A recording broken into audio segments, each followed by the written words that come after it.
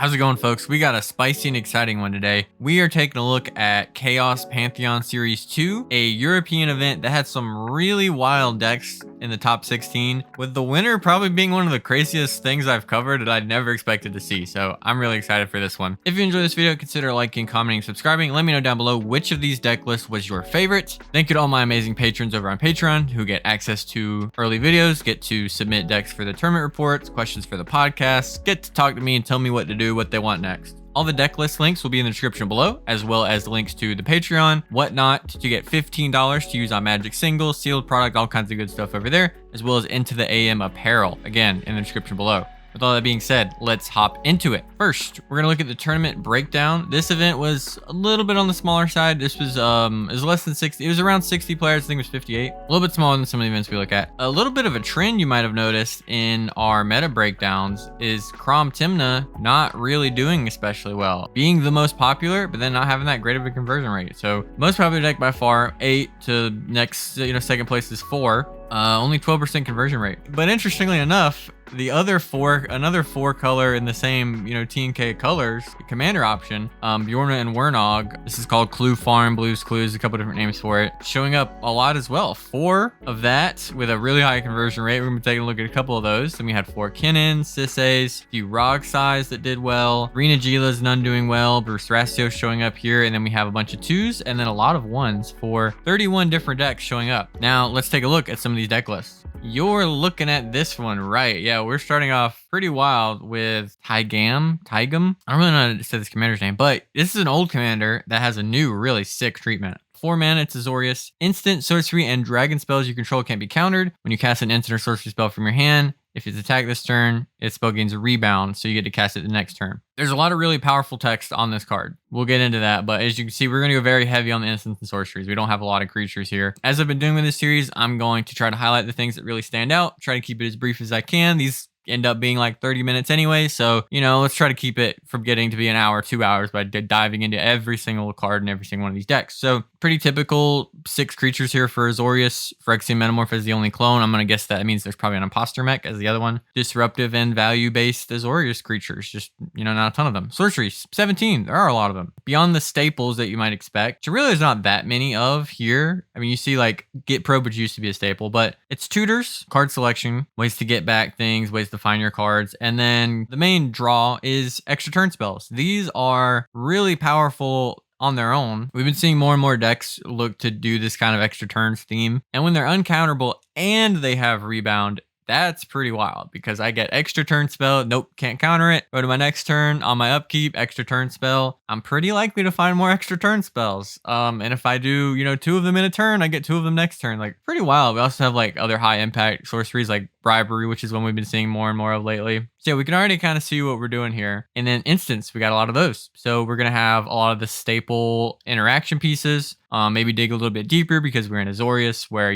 cards like Arcane Denial don't usually show up. And here I'm going to expect that we sort of see, and we kind of do, we see more of a focus on protecting our commander because that's our main counterspell, right? The commander being in play, that's better than any of our counterspells. So if we just keep him in play, we don't have to worry about it. We use one way to protect him. Can't interact with that. All they can do is swat it, right? They can't counter that. They can't win that counter war with you. If you have a way to keep him there, it's going to be really hard to deal with you. Interesting cards like Cyber Conversion. This is one that got some talk, but I haven't really seen it. I don't know if I've seen it in any cEDH list. Being able to just uncounterably, hey, that creature is not that creature anymore permanently. Pretty wild. Intuition is going to be great here. You search for 3 extra turns. And again, any one of these that we cast from our hand, with the counter spells, it's not going to really do much, giving it rebound, but extra turn spells, the tutors, dig through time, intuition, stuff like that, it's going to be really powerful. We do see the imposter mech, and then the One Ring showing up, of course. Grafdigger's Cage showing up because we're not caring about casting from graveyard, and very notably, Grafdigger's Cage does not stop casting from exile. This doesn't stop our rebound, and this doesn't stop things like Mnemonic Betrayal. Kind of standard stuff in the enchantments. Dress Down, it's a little spooky with your commander, but you don't always have it, and sometimes you just have to shut down something. Copy your artifact, comes in and out. The lower colors you are, the more likely it is to show up, especially like this deck with the One Ring is probably so hard to beat because extra turn, untap with the One Ring, draw 2 more cards. Oh, extra turn on my upkeep, get an extra turn. Oh, they're all uncounterable, get more extra turns. Like this looks like the more consistent version of like Narset, the 6 mana one. You're not running as many horrendously uncastable cards. You're playing like a control strategy with a commander who gives you lots of value and makes you hard to interact with. And then you're running actually castable cards that you get extra impact on. So I really like this approach. Pretty light on the lands, only 27. Really cool stuff. Not one that I've seen top anytime recently. Next up, we're looking at Bruse Thrasios. This is a deck that was super popular and has kind of fallen off, but lately we've been seeing in these colors, either with Thrasios, Bruse, or with Thrasios and Akiri, really start to get more experimentation, and I think we're going to see that here as well. We already see Minskambu Timeless Heroes, which has showed up in some of those decks as a really good value engine. If you've seen this thing in play, you know how good it is. Now we have some of the traditional stuff you're used to seeing if you were familiar with Bruse Thrasios. Zerda, which the deck's namesake of Dawnwaker Thrasios comes from. Emil, Dockside combos. Kinnan is there to go off with Basalt. Zerda is there to go off with Basalt. Derevi was a card that came in and out of the list that can go infinite with Gaia's Cradle and Emil. And then we have a few changes. So Deep Gnome Terramancer and Archivist of Ogma. I don't think these were popular in the list, even though that deck was so popular when these cards came out. We see Delighted Halfling in over one of the other like pure green dorks, which would usually be popular. Flesh Duplicate over Fimage. Spellskite, which I don't think was that popular, but makes a lot of sense in creature combo decks. Boromir, which is a newer card. Some of these decks were on things like Lavinia, so this makes sense. Glasspool Mimic, not one we see a lot of. This is a tapped blue land on the back and a 3-mana clone on the front. In the clones, we have Flesh Duplicate, Glasspool Mimic, Clever Impersonator, and Phyrexian Metamorph. We're a lot bigger, it looks like, right? So we've got Displacer Kitten, which again wasn't a thing we saw really in these decks, which is a combo with another big thing that's a newer card, Etali. You know, if you get to do Displacer Kitten Etali, cast a non-creature spell from somebody's library, flicker Etali, get to do it again, get to do it again, get to do it again. Really wild stuff there. This card I keep talking about, it's great. Twin Shot Sniper can be an outlet for us to go infinite other than like Finale of Devastation. Con Sphinx, again, going really big. And then Hullbreaker Horror, we're an infinite mana combo deck. So we're leaning into that. We're going really big. I like this approach. Instead of just trying the same old thing that they were doing where their top end ended it like Seaborn Muse, let's bring in really hard to deal with cards like Etali, Hullbreaker Horror, Con Sphinx, and the Colossal Sky Turtle, one we've been seeing in decks like Kinnan, just as a uncounterable way to interact with the board. Kind of what we'd expect in the sorceries. Wargate was always a popular choice in this list. And then Creature Tutors, and we've got the Mist of Lorien, big old bounce spell that can get rid of multiple hate pieces, things like that. Can also help you on like combo turns with decks like this, where you could, bounce like Dockside and a clone. Interaction, it looks a little light. Maybe it's not. It just looks like a card or two lighter than some of the other decks. But of course, you have Silence. Eladamri's Call great here. Resculpt, not that popular of a card, but shows up. And the artifacts, of course, were a great One Ring deck. We're on the Basalt Monolith, Springleaf Drum, Mox Amber, great selection of mana sources. And then enchantments, we are on the Wild Growth. This is one I've seen a lot more lately. Smothering Tithe, which I really like in Thrasios decks. We really need the mana, right? And also a Kinnan deck too. And then in the mana base, we have the Cradle that we expected to see, kind of what we would expect in Bruse Thras, maybe like a land shorter than what they used to be at. I really like this big approach because a lot of times these decks, they can make the mana. They're Dockside combo decks. And this is just giving you more opportunity to have one big creature that's hard to beat at all. With Seaborn Muse, it also gives you another target with like, one of the reasons we run Bruse is so we can Neoform into Seaborn, or Eldritch Evolution into it. Now we also have Eldritch Evolution into Consecrated Sphinx if we're not developed with Thrasios or we don't have that much mana. I really like this approach. At 14th, we have a Tivit list. Gilded Drake, card I've been seeing a lot more of lately. I love the Urzas whenever I see them here. For the most part, this is pretty standard. Tidebinder seems like it's slotting into a decent amount of the Tivits that I've been seeing lately, at least. Not a must-run card, but does what you need it to do. Can be helpful in tricky spots. We're on Deluge and Dam, no languish here. And we are on the Twister. Orm's Chant showing up here. Arcane Denial again. Maybe the European players are just higher on this card than some of us are. Get Lost is a card we usually see in the Tivit list. Pact of Negation, not a card you always see in these decks because they tend to be on the slower side and they don't like a... Pact of Negation is not too great. Like I've played in tournaments where Tivits protect their time sieve with Pact of Negation. They're like, yeah, I got the combo. Then they go to their next turn. Pact trigger on the stack. You got anything? No? Well, I guess you're dead. On the mana, we got Manifold Key in the artifacts. That's one that you don't see too much of. We can use that to untap Time Sieve. That's pretty nifty. We can also untap things like our Grim Monolith to get extra mana, or our Mana Vault. Can just be a good enough card. And then also the One Ring. 1 mana, draw 3, draw 4, something like that. It's pretty darn good. Also, you can do little tricks with Witchclaw Talisman,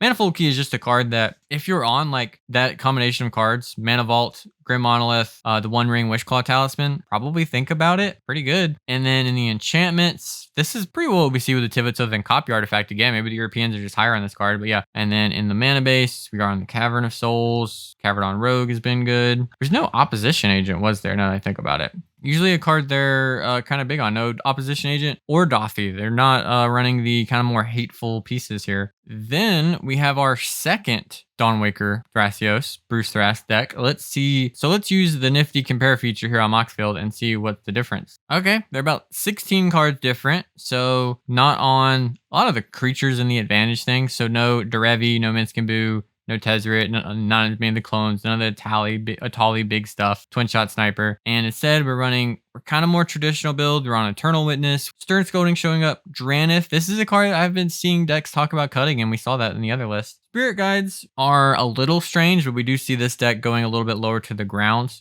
compared to running Etali, things like that. So pretty similar deck. This one even says it's based on comedians, and we can see it is a lot more similar to what we would consider like a traditional Dawnwaker deck, although with that change of like running things like Hullbreaker Horror and Consecrated Sphinx, stuff like that. Sisay Weatherlight Captain. We've got the usual suspects with Planeswalkers. I've talked about this as being like the main 6 that you see. Usually if one of these is missing, it's Dahada. But pretty well, this is the 6 Planeswalkers you see in just about every Sisay list. Our legends, we got Ragavan, Kinnan, Lotho, Derevi, Olivia, Savala, Emil, Urtai, Sakashima, Sigarda, Teferi. Not going crazy on them. Teferi is one that we've seen pop up a little bit more in a few decks. Grand Abolisher type thing that you can tutor for. Also a way to enable your instant speed wins. Can be more useful in this deck than something like a Grand Abolisher because we tend to do that where we hold up instant speed wins that we have access to. And then we just see like the kind of typical things. Olivia doesn't show up in all of them. It's a nice enabler for doing haste stuff, helping your Sisay get buffed, being able to give something like a Fabro Elder or a Bloom Tender haste. Can be great in this kind of deck. We do see the Neoform, which doesn't always show up here, and then just the DT as the only other tutor, so no Finale of Devastation. Quick Reflexes is here. Again, this is one of those more slim interaction packages for the Sisay deck. Again, like we've seen a lot of these decks, they're going for the I cannot let opposition agents sit on the board, so I'm running uncounterable ways to deal with it. We'll probably also see something like Touch the Spirit Realm in here as well. Not dealing with that card at all. We are on the Chromatic Orrery. Not all the Sisay decks are, but it's pretty popular. Relic of Legends, of course, is staple here. So we are doing Cultist of the Absolute. Again, doesn't always show up, but it can be a great way to get your Sisay, like your first tutor target. Tutor for that, boom, Sisay is immediately doing way more. And we do see the Touch as well. Oath of Teferi, again, kind of what we would expect. And then in the mana base, of course, we're a Cradle deck. Mount Doom is one of our main win cons. 5-color mana base. We've got the Abzan Trash Can. Tayam, love it or hate it. It's a deck. I don't think I've had to cover it too much, which is good because it's kind of hard to explain a lot of the Tayam cards. If you're not familiar with this deck, it uses lots of different loops and ways to generate lots of counters on its creatures and then tap and untap things like Gaia's Cradle to go infinite. Basically trying to slow down the game, tipple things out, stacks it out a bit so that they can get to a board state where they're able to win, usually at instant speed, doing some combination of sacrificing something to add counters to something and then bringing something back. I'm not using specifics because there are a million of these cards in here that overlap. There are so many different ways you can get from point A to point B, so many different ways to actually close out the game. Sometimes you'll see them infinitely go through the Undercity. Notably, Tayam can only bring back permanents with mana value 3 or less. So we don't see anything that it can't bring back here at all so far between our Planeswalkers and our creatures. We have lots of, again, just good Abzan cards. And then when something looks a little weird, like you see Acacia Money Changer, it's because it makes 3 counters when it enters the battlefield and it keeps putting counters on it. And it's just a nonsense Tayam card. So if you don't know what the card is, it's probably just a Tayam card. Doorkeeper Thrall is a new addition. Artifacts and creatures entering the battlefield don't cause abilities to trigger, which kind of surprisingly doesn't stop Tayam. They just enter with the counter still. Sorceries. We're not going to run a lot of instants and sorceries because our main thing is instant speed, flipping stuff into play or setting that up. So we got the Green Sun Zenith, Legolas's Quick Reflexes, removal and tutors, pretty well what you'd expect. Lion's Eye Diamond's powerful card here. If we can return that to play, we can get other stuff going. That's just a way to keep activating Tayam, removing counters, and then we're able to loop stuff. We can add counters. 1,000-Year Elixir, enable with haste. Agatha's Soul Cauldron can do very crazy stuff for a self-mill deck that is using lots of graveyard synergies. Hunting Grounds is a really cool one. I've played Tayam a little bit and I got to go off with this card where if you have Threshold, when an opponent casts a spell, you can just put a creature into play. That's a pretty powerful effect if you have some decent creatures in your hand, and you're very likely to because we were on 39 of them. Somebody cast a tutor, opposition agent into play uncounterably for free. It's there already. Insidious Roots was a big one that came out that's new. You make creature tokens. So whenever one or more creature cards leave your graveyard, you create a 0/1 plant creature token, and you put a counter on each of those. This works exactly with what Tayam's trying to do. You're taking things in and out of the graveyard with the way that Tayam works. That's going to trigger, give you a creature, and with a counter on it, and that creature taps for mana. It's checking like every box of what Tayam wants to do. The only thing this card doesn't do is put the thing in the graveyard for you. Mana based, we have a few weird little lands. Centaur Garden.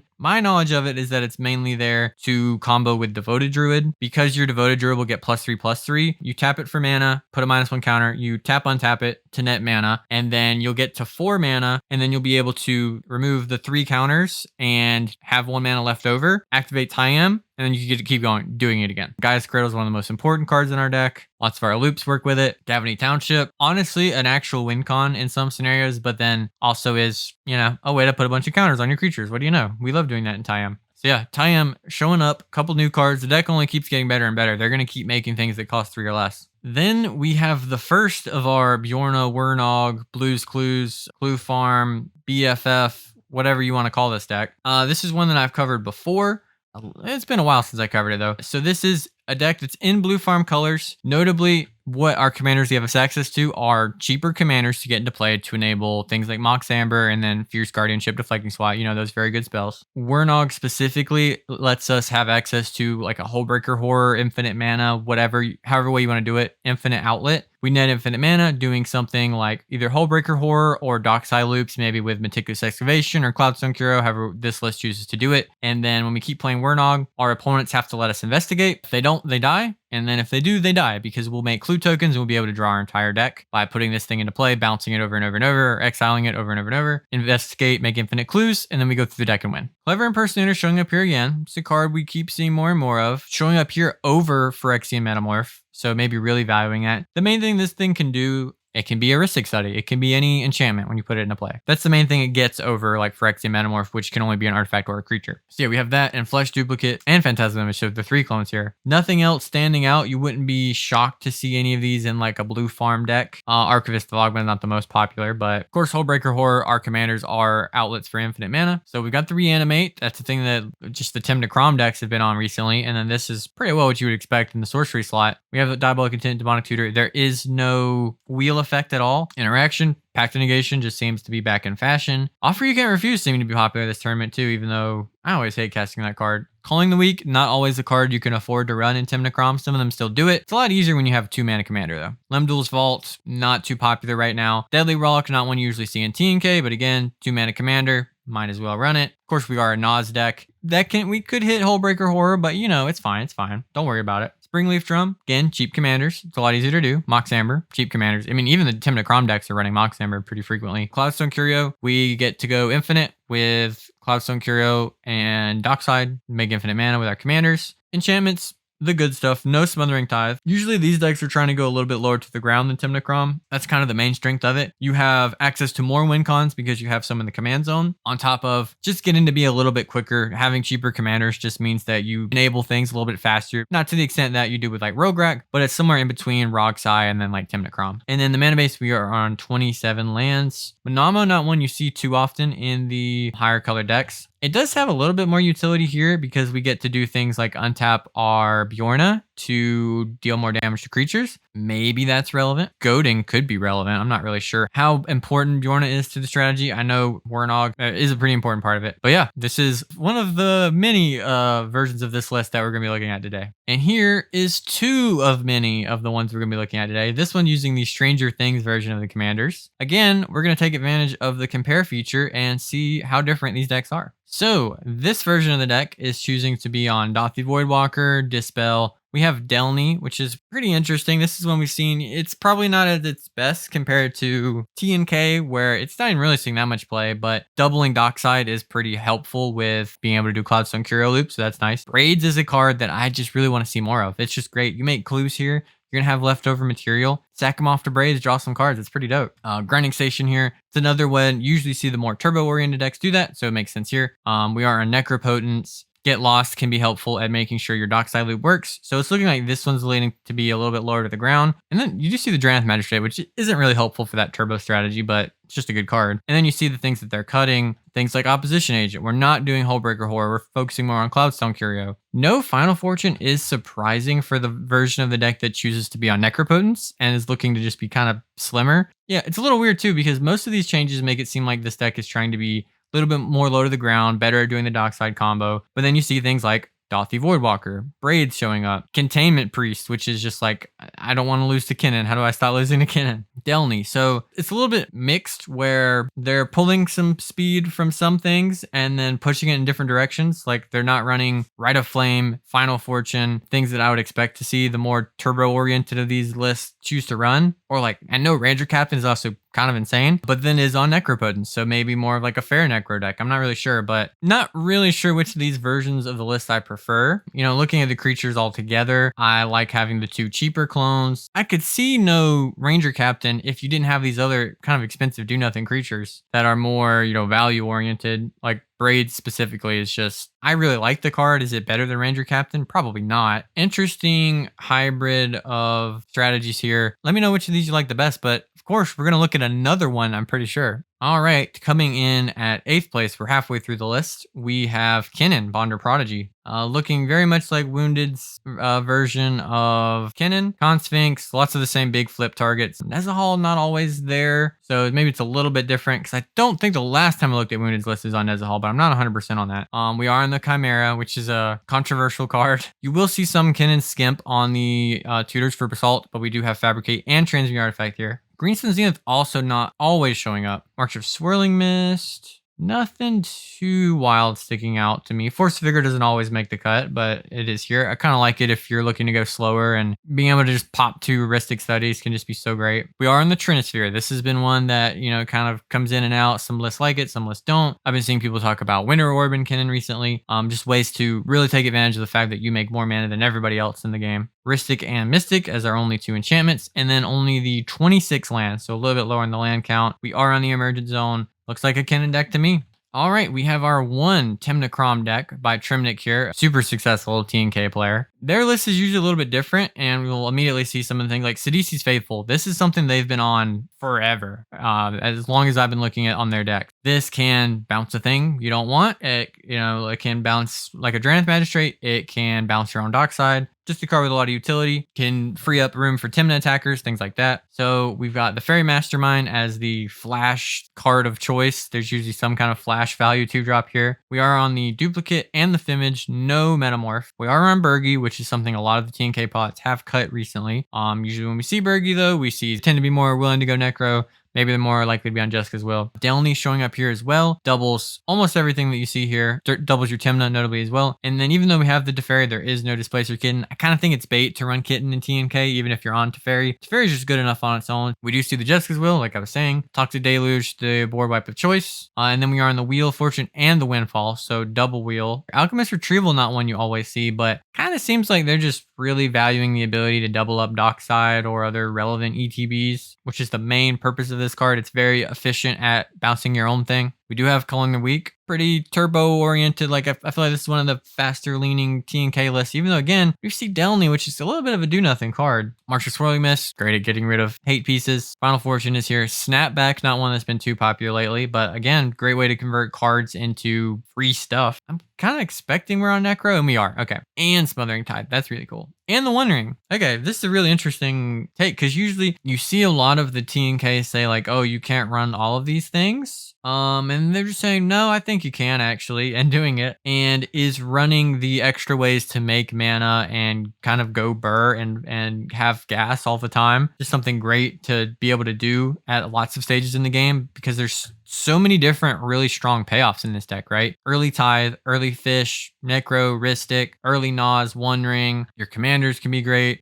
Going a little bit higher on like the rituals and also higher on the payoff. So I really like it, yeah. All right, then we got Krark Sakashima, another deck we've been seeing way more of recently. Last year, this deck was just getting bodied and not performing really well at all, and we've seen it a lot. Everything else here is about what you'd expect. It seems like more and more of them are getting on Displacer Kitten because this card can just go crazy doing the Krark Sakashima stuff. Not all of them are on Niv Mizzet, but a lot of them are. If you get this thing into play, you probably win with this deck. Sorceries, we're going to see lots of cantripy effects that don't seem that great in a lot of other decks, but when you get to copy them, net mana off of them because of all the triggers you're getting, get 4 copies of them, things like that. Looks like a pretty standard selection of them. The one thing that sticks out is the Windfall over Wheel of Fortune. Sometimes this is a budget constraint for players who just don't own a real wheel, want their whole deck to be non-proxy, play Windfall instead. Windfall can be better in this deck than Wheel because you can get to points where you have like a million cards in your hand. Windfall can also just be kind of better at punishing very greedy Mystic players who draw 10 cards or whatever, and then you Windfall, and everybody's dealing with each other at 10 cards. In those kind of bigger games, just being like getting to an unstoppable point where if everyone is developed, Krark Sakashima feels pretty much unbeatable because it just gets way more out of its cards than everybody else. In the instance, we have a whole heck of a lot of them, 30. And again, you're going to see things that you might not see in a normal deck like Peak, Gut Shot, Brain Freeze, so we're probably breaching. We see the LED, so again, probably breaching, Wondering, whole bunch of mana, Fish, Breach, Rhystic. Name a more iconic trio. And again, we're seeing 26 lands. So I think overall in this tournament in general, we've seen the land count be like 1 or 2 shorter than we might expect. Not very common in Sans green decks. We have the Emergent Zone here in Krark Sakashima as well. 5th place, just barely didn't top 4. You hate to see it. We've got Etali Primal Conqueror, a deck we've seen more and more of recently. Just a card we see more and more of because it's so powerful. Minsk and Boo, probably the best Gruul card. Lots of mana dorks. Orcish Lumberjack. So usually with these Etali decks, their whole thing is get Etali out quickly, food chain our way into Etali. That's our main win con is just cast everybody's decks, get everybody's cards out of their hands, get to do whatever you want. If you get to go infinite with this. One of those 2 game plans, right? Of just turbo the card out, try to go burr, or food chain our way up to it, go infinite. And we can do those at the same time sometimes. Lots of mana dorks, including Orcish Lumberjack, which is the most turbo of the dorks we have access to. That's you 3 mana by sacking a forest. Goblin Matron, we're going to be very focused on Dockside. Hunting Velociraptor is really cool. And it's not even a card I really thought of here. Gives your dinosaur spells Prowl, which means if you deal combat damage to a player this turn with a dinosaur or a creature that shares the type with it. So in this instance, dinosaur. You get to cast that spell for 2 in a red. So here you play a Hunting Velociraptor, swing in with your 3/2 first strike. You get to hit an opponent, then you get to cast Etali for 3 mana, which is crazy. Magus of the Moon. This is an effect I like way more in decks that are proactive, not that are looking to make the game drag out. Because we're food chaining. Jaxus is basically a way for us to kind of clone Etali. Rionia, I get to make an Etali. Hellkite Courser, get to put my Etali into play from the command zone. Treasonous Ogre, if this resolves, get Etali. Fury, this is just a good card if you're in a 2-color red deck. You should probably think about it. Lots of different ways to ramp up to Etali, cheat it into play, make extra copies of it, go infinite with Temur Sabertooth Dockside, which again will win us the game because we net infinite mana with this, and then we start Etaliing and then bouncing it with Temur Sabertooth. That wins us the game. Sorceries, we have our combination of Tutors, Life's Legacy. That makes sense here. We'll probably feel awkward sometimes because it's going to line up weird with we use this, sack Etali, draw 7, which is awesome. And then we draw a clone and then we're like, well, frick. But you can't have your cake and eat it too sometimes, I guess. And again, if you've already cloned it or have access to getting it again, 2 mana, draw 7, that's a whole lot of stuff you get to see. Twin Flame Heat Shimmer, were we on Dualcaster Mage? I don't think we were, right? No, so we're not dualcastering. We are just using this as a way to clone either our Dockside or some other impactful creature, or ideally Etali. Our second Fury, Pyrokinesis, which is probably better than Fury and cEDH, to be honest, other than it's casting a non-creature spell. Cursed Mirror, it's an Etali at home. Cloudstone Cure, another way to go infinite. I'm a little surprised to see no Carpet of Flowers here in a deck that is just focused on making mana. Maybe they found it wasn't worth it. Food Chain, of course, our main win con. Blood Moon, pretty well the stuff you'd expect. Awesome stuff. I love Etali. It's the coolest card in the format right now. And we are now in the top 4. Let's take a look at Rog Silas. So we're seeing what is starting to become the new standard creature package of adding Phantasmal Image. Just an extra clone, an extra way to, have a payoff, copy a Dockside, Commander, Value Engine, something like that. This is starting to become more of the core standard. There has been some experimenting where we even saw Mikey was running Hallion, which is something I had talked about doing, and then is running Winter Orb. We've got the Infernal Plunge, which is starting to become more and more standard here, and then just your selection of payoff in the sorcery slot, right? Reanimate, not too popular in Roxai. Again, that is a way to just get access to more stuff. That could be a cool option if you're able to have like generate a bunch of storm and then brain freeze, hope to spike, you know, dockside or something like that. Curious to see how this card often ends up being used. Not really sure. Don't have any experience with Reanimate and Roxai, and I've barely even seen it in TNK. But also, yeah, somebody cracks Ranger Captain, you get Roxai, Reanimate Ranger Captain. That's pretty gross. Roxai cannot be trusted with a Ranger Captain VS. Rest of this is pretty standard. We are on the last chance in the Warrior's Oath. Spell Pierce isn't standard, but makes sense. In the artifacts, we are on Defense Grid. We are not on Conqueror's Flail. You usually see Defense Grid is like in every deck. Conqueror's Flail is in like, I don't know, maybe 60% of them, something like that. They just come in and out. Grinding Station has become more of a standard here. And then we just have a whole bunch of mana. The One Ring, again, doesn't show up in all of the Roxai decks, but I think it's starting to come around to where a decent amount of them are playing it. And then 24 lands, which is pretty well standard. Mount Doom showing up. I did see a decent amount of Roxai players were testing one or more of the new Surveil lands. They are going to be really awkward in your openers to draw a tapped land. If you get to fetch for one, you get to basically cast to consider. People call it casting a time walk because if you didn't want the card and you bottom it, you basically just got yourself an extra turn. Especially in this deck, it'll probably feel that way. So I'm definitely down for testing like one of those in a 3-color deck. And here we have our last version of Blue's Clues. I'm going to call it that because they called it that. Mayhem Devil. That's another way that we can go infinite if we just get infinite oxides. It's also just good card, control the board. We see Delny showing up here as well. Displacer Kitten goes infinite with Teferi. Good cards in these colors. Nothing's really standing out as missing. This is another deck that chose not to run Drannith though, so keep that in mind, I guess. Duplicate, Fimage, and Phyrexian Metamorph. Clones are really in right now. Sorceries, no wheel, yet again. We do have Besiege the Mirror this time though. Angel's Grace popping up here. Also just stops a win attempt potentially. Get Lost again showing up in this version of the list. Artifacts, we are Cloudstone, Curioing. We do have the Imposter Mech, so 4 total clones. Really high on the clones. No Necropotence. But we do see the Blind Obedience, which again can be really helpful with dockside combos. And then 27 lands, also opting to run the Manamo. Then we had a second Roxai in top 4. So far we've had 2 Roxais and a Blue's Clue. So a very turbo, very fast Grixis colors stuff going on. Creature package is the same thing minus Fimage. This is kind of the old standard creature package. We are in the Plunge. We've got the 2 extra turn spells. All the wheels, pretty much every payoff you would expect in Grixis colors. We got the Days, anything wild. We do have the Flail, Fence Grid, and we are in the ring still here. And then in the enchantments, we have Dress Down joining the party here. We do see here the Undercity Sewers coming in. That's the blue-black Surveil land. Don't know if it came up in this tournament, but I like it. Honestly, the upside of something like this card is probably going to be way more apparent than like Mount Doom. I love seeing double Roxai in the top 4. That's sick.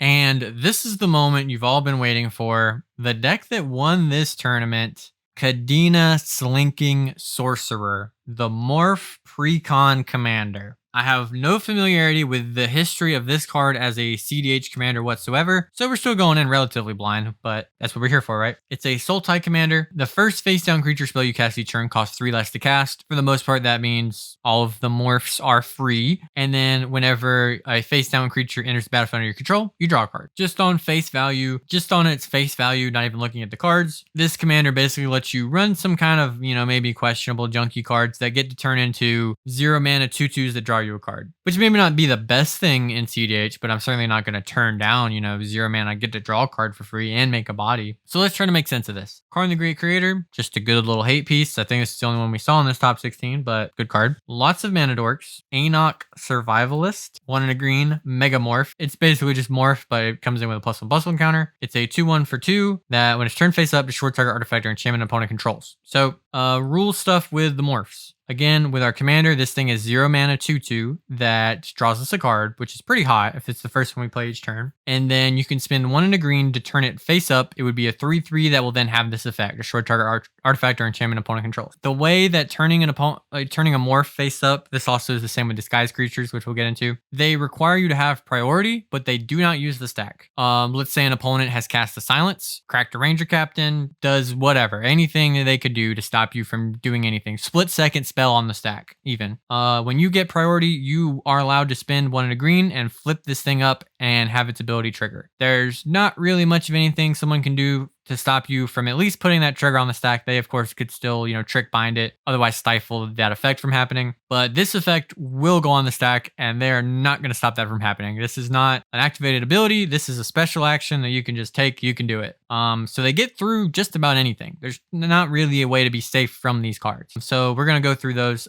The rest of these cards here it's a lot of cEDH staples. Seedborn Muse, Hullbreaker Horror. Hullbreaker Horror is cool too. I didn't think about this commander being like an infinite mana outlet because we get a face down creature, Hullbreaker Horror. We can end infinite mana. We can draw our deck. Okay, that's pretty cool. I didn't think about that. Lots of cEDH staples. We're going to just go through the morphs. Den Protector lets us return a creature card from our graveyard to our hand for 2 mana. Exit Specialist for 2 mana. We get to bounce a creature. Kadena Silencer for 2 mana. We get to counter all abilities your opponents control. That's pretty hot. Silumgar Assassin for 3 mana. When it is turned face up, we can destroy target creature with power 3 or less than opponent controls. Nice.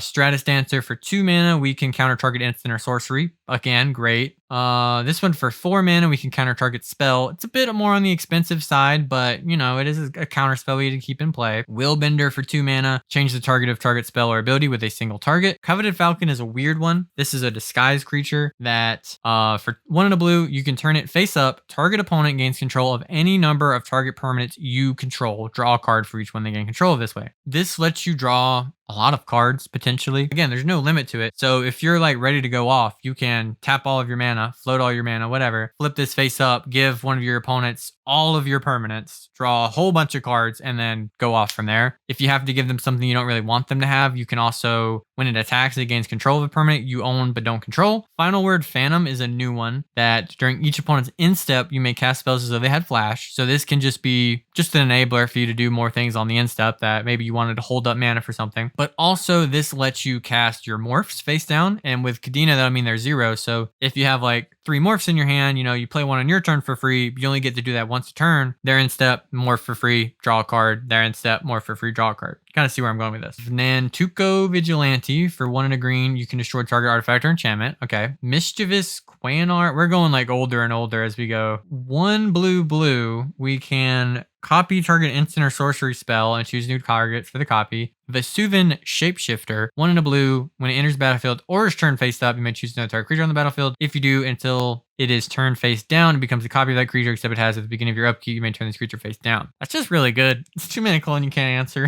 Seedborn Muse is pretty interesting. One thing it lets us do is just have our mana for morphs, which is kind of cool. I wonder how good Seedborn is in this deck though, in terms of like actually generating value. I don't know. It's very interesting deck already. You can see this is really wild. Sorcery is pretty slim, just a bunch of tutors, Mnemonic Betrayal. Notably, despite this being a green and blue deck, there's no Neoform, there's no Eldritch Evolution, none of that. I guess a lot of our main creatures we don't really want to, Neoform into, just a 2 mana 1/1. Notably, we have a lot of morphs, which are kind of our instant spells, so we don't need as many maybe. But we do have, again, Arcane and all showing up in this tournament. But yeah, Offer, Fluster, Misstep, Swansong, Veil of Summer showing up here. A little surprised not to see like Legolas's Quick Reflexes, but this deck had to have the most Brewer's advantage of any deck ever. Like, I feel like most people at the table, when they see someone sit down with this commander, they're not even thinking about, yeah, I need to remove that. They're just like, okay, let me deal with the Rog side player. I haven't watched this finals, but this finals had to be like the people with the real decks just all dealing with each other, and then this person just sneaks in wins with morphs. Oh man, that's amazing. Grafdigger's Cage, we don't care about using the graveyard. Imposter Mechs, we have another clone. Really high density of Talismans, basically running all of them. Elven Chorus is a pretty cool one. Look at the top card of your library, cast creature spells from the top of your library. Creatures you control have tap, add 1 mana of any color. This allows us to also cast our creatures as morphs, because that's just casting creatures. Lets us net a lot of mana. We definitely are going to have a lot of mana for the Seedborn. I just don't know what we're going to do with it. Really wild deck. This is something I never, ever expected to have to cover. Really cool. I got to try this out or see this in play because it just looks so interesting.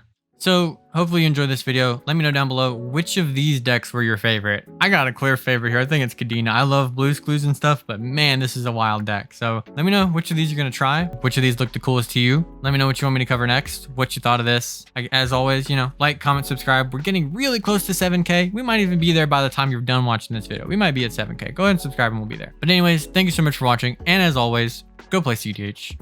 Have a good one, everybody.